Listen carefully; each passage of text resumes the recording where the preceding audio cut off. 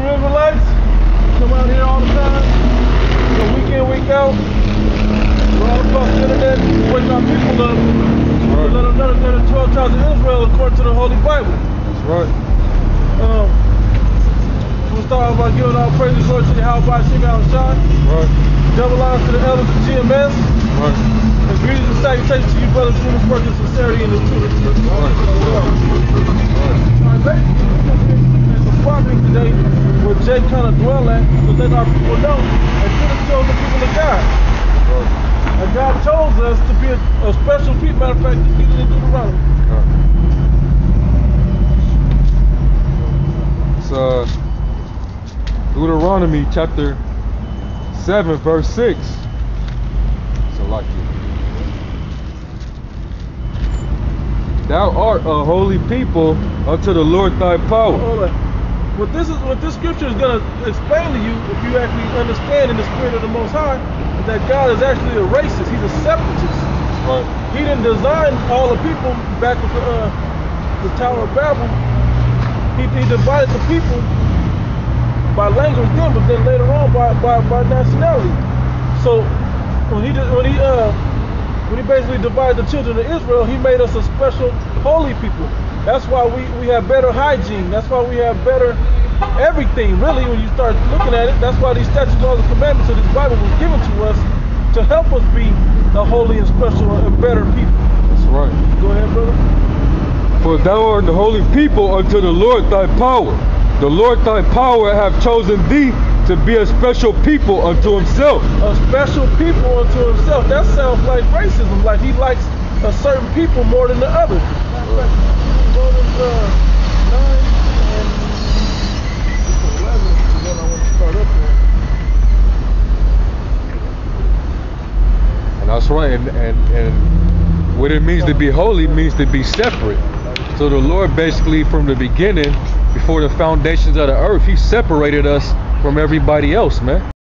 Because the children of Israel was going to be his portion. That was going to be his inheritance. So that's why he chose us from the beginning and separated us from the rest of the people on the planet Earth. Right. You know? This is Romans 9 and 11. For the children being not yet born, neither having done any good or evil, that the purpose of the Most High according to election might stand. And let me say this. Now, we were already divided by the types of people we were back as the Adamites. Yep. But he waited until he deciphered out exactly who he wanted. His elect was also within the tribes of Israel as well as the people. Then he made us our special nation unto himself. Right. It says, not of works, but of him that calleth. That's it right there.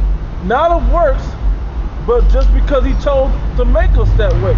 Right. Just because he wanted us to be better. Right. You know, he chose us a different texture of hair than the other nations. He gave us a different spirit than the rest of the nations. And also a different connection to himself than the other nations. That's right. Go ahead with that. Back in Deuteronomy 7 and 6. For thou art the holy people unto the Lord thy power. The Lord thy power have chosen thee to be a special people unto himself above all people that are upon the face of the earth. Right. Above all the people upon the face of the earth. So basically, we're just a better people than everybody on the face of the earth. Matter of fact, you get 2nd Ezra 6 and 50. Is there more on there? That was it. I had a precept. Okay, go ahead. This is Deuteronomy 32 and 8. When the Most High divided the nations their inheritance, when he separated the sons of Adam, he set the bounds of the people according to the number of the children of Israel. That's plain. He set the bounds of the people according to the number of the children of Israel. Meaning he used this people to basically set his whole foundation of the earth. Because the earth was given to us. That's why we have the earth. Will be given to us. Right now it's given to the wicked right now. That's right. But eventually it will be given to its rightful owner, which is the nation of Israel, to rule this world in righteousness. That's right. You know? Verse 9. For the Lord's portion is his people. Jacob is the lot of his inheritance. Jacob is the lot of the Most High God's inheritance. That's right. Not of our forefather Abraham, not even Abraham, but I was gonna say Abraham Lincoln, but you know, but not even like a regular American forefather, George Washington, or nothing like that. Nah, of the Most High God, the Creator of the heavens and the earth. Right. You know, that's his inheritance. He passed that down. And when you break up the name, when you break down the name Israel, it means son of the power, or son of God. So he is a prince of the power. It's like he is the prince of the power, and the prince is what? The son of the king, right. which is the Most High God. Right. Yeah.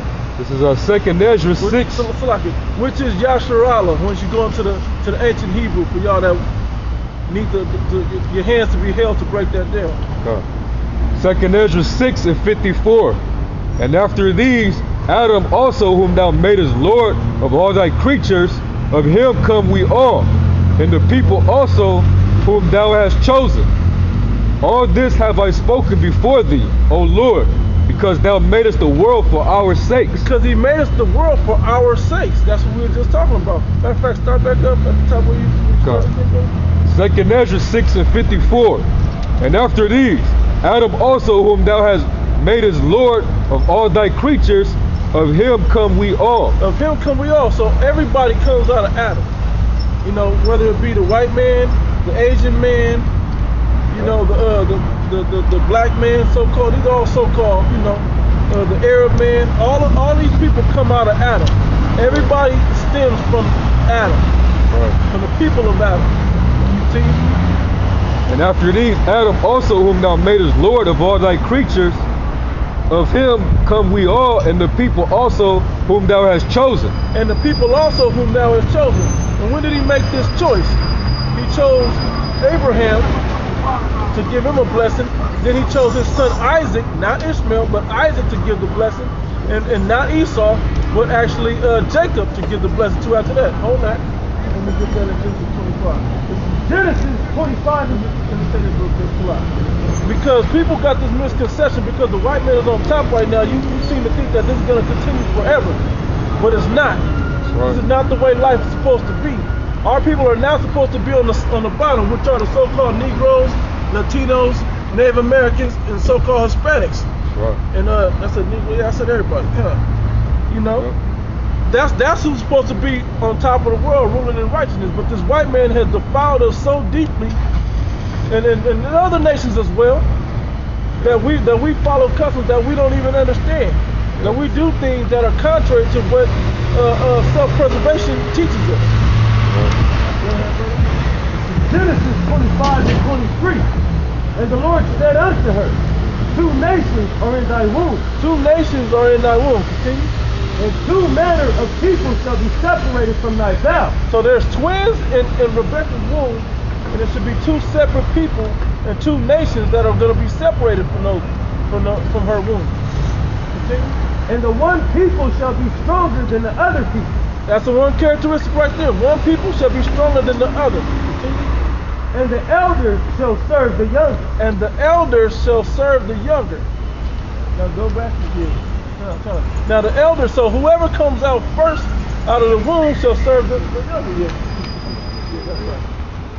If you got a precept, go ahead and read. This is Psalm 47 and verse 2. For the Lord Most High is terrible. He is a great king over all the earth. He shall subdue the people under us, right, and the nations under our feet. And he shall subdue the people under us and the people under our feet. So he's going to set the world back the way it's supposed to be, because he chose it to be that way. Now let's go to Genesis. Hold on, we'll go back to Genesis. Let's show who came out first. All right. Well, now it says, Genesis 25 and 24.